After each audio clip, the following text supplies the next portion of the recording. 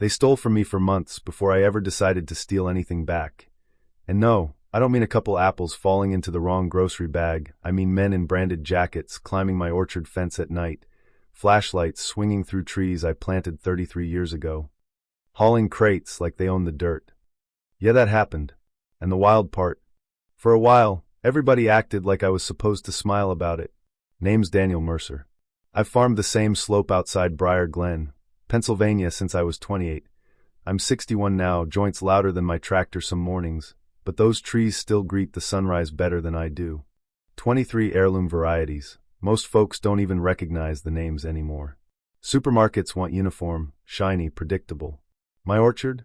It's history, grafts from my granddad's trees, varieties you prune in freezing wind, because if you don't, they disappear from the world. You know what I mean? Farming like that isn't business, first it's stewardship. For years, the country club next door and I coexisted fine. Wedding guests would wander near the fence, take photos with the blossoms, sometimes ask politely to buy a few bushels for fall events. Fair price, friendly handshake, everybody happy. Then about 3 springs ago, they hired this new event director, Preston Hale. Tailored suits even outdoors, shoes that had never met mud, smile polished enough to reflect sunlight. City confidence wrapped in countryside marketing language. He came leaning on my fence one afternoon, talking about local authenticity, experience-driven weddings, how my orchard could elevate their brand. Exposure, he said, like exposure pays tractor repairs. Then he offered $2 a bushel. 2. I sell for 15 at the farmer's market, sometimes 20 for the rarer apples. I actually laughed, thought it was a negotiating joke. It wasn't. He shrugged, suggested distributors if I didn't like it, walked off smiling like math worked differently for him. At first the missing fruit was subtle, low branches picked clean, easy to blame teenagers or deer. But farmers notice patterns. Limbs stripped systematically, crates gone from my shed, latch marks that didn't match how I leave things. So I did what practical people do when gut feelings stop being enough. I put up trail cameras along the south fence. Couple nights later, I'm at my kitchen table, bourbon sweating beside my phone, watching footage that made my stomach sink. Men in the club's logo jackets climbing over, harvesting with professional efficiency, not snacking, not trespassing, casually harvesting. Passing crates over the fence to a van with the estate crest on the side, like it was a delivery pickup. Next morning I walked straight into their marble lobby, boots dusty, flannel shirt, smelling like fertilizer and coffee. Played the video for Preston. He didn't flinch much, just gave that calm corporate neighbor speech. Sometimes surplus is shared, he said. Surplus? Like decades of labor, were a community garnish. Then he slid that $2 offer back across the table, ongoing arrangement, exposure included. Said litigation would be messy for everyone. Calm voice, gentle threat. That's when I realized something. He expected me to fold. Small farmer, big venue next door, local politics tied up with donations and fundraisers. He figured silence equals consent. And honestly, I almost let it go. Let me back up a sec. Farming teaches endurance. You swallow setbacks, weather losses, market swings. Pride sometimes looks like stubborn quiet. But when wedding season hit, they got bolder. Cameras caught full harvest crews. One young employee I confronted admitted they'd been told permission was arranged. Of course they had. Meanwhile, Preston was advertising the Mercer Orchard experience on social media. My trees, my name, their profits. That crossed something personal in me. Especially because my wife, Marianne, she'd passed 5 years earlier. Those orchards carried her fingerprints too. She used to tease me about treating pigs like house guests. Yeah, I raise heritage hogs behind the orchard, Mangalises mostly. Apple prices dipped years back, pigs kept cash flow steady. After she died, feeding them became rhythm therapy, honestly.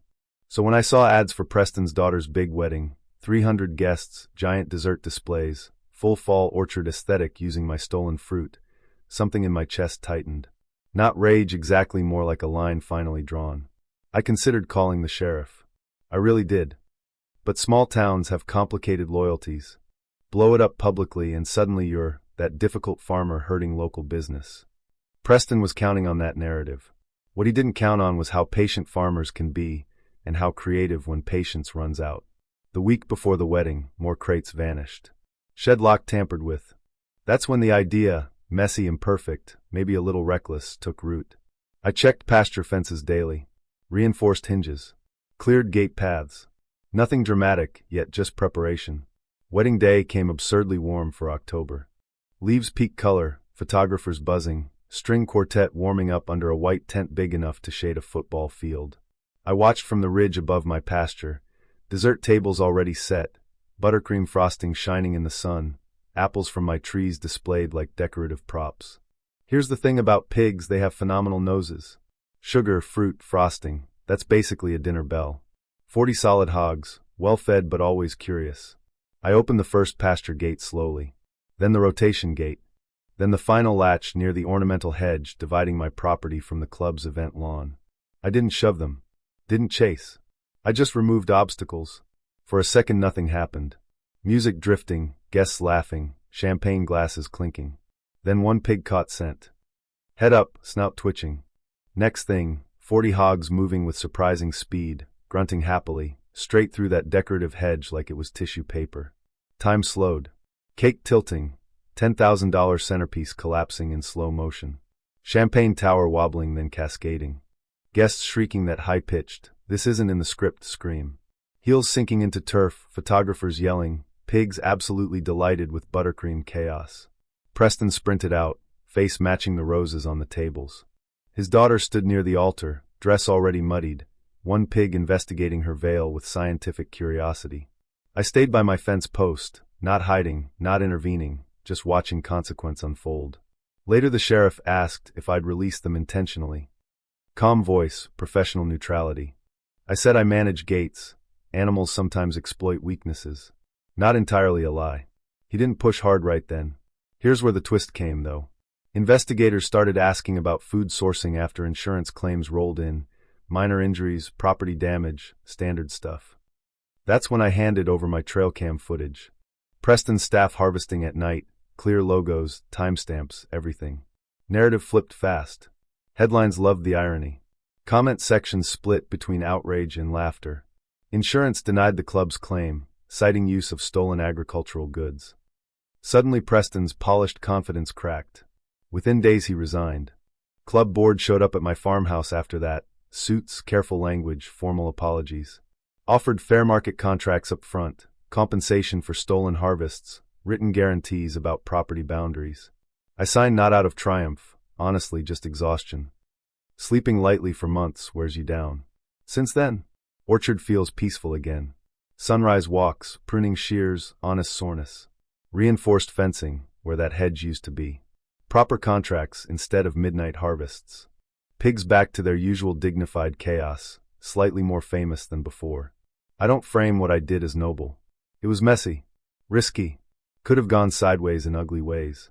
I think about that bride sometimes, mud on silk, ruined moment. Courts might have been cleaner. Maybe. But I also remember standing in that marble hallway hearing my life's work called surplus, and something inside me deciding quiet wasn't strength anymore. Here's the truth I carry now. Silence gets mistaken for agreement. Influence rewrites stories, unless you defend your own. That doesn't mean revenge is smart, it's a dangerous teacher. But protecting what you built, that part matters. So I'll leave you with the question that still rattles around my head. Was that justice, or just dressed up revenge? Did pride push me too far, or did someone finally face consequences after months of treating me like scenery? I genuinely want to hear what you think. Have you ever had someone bigger, louder, better connected try to take what you built? Did you fight back or walk away? Drop your thoughts, your stories, your opinions, especially if you believe small farmers, small creators, regular people deserve a voice when bigger players try to overwrite them. Because sometimes fairness doesn't enforce itself, sometimes it takes stubborn people, uncomfortable choices, and yeah, occasionally 40 very motivated pigs. And if you've got a perspective on justice, on where the line sits between standing up and going too far, share it. Conversations like that matter more than polished narratives. Let's talk about it.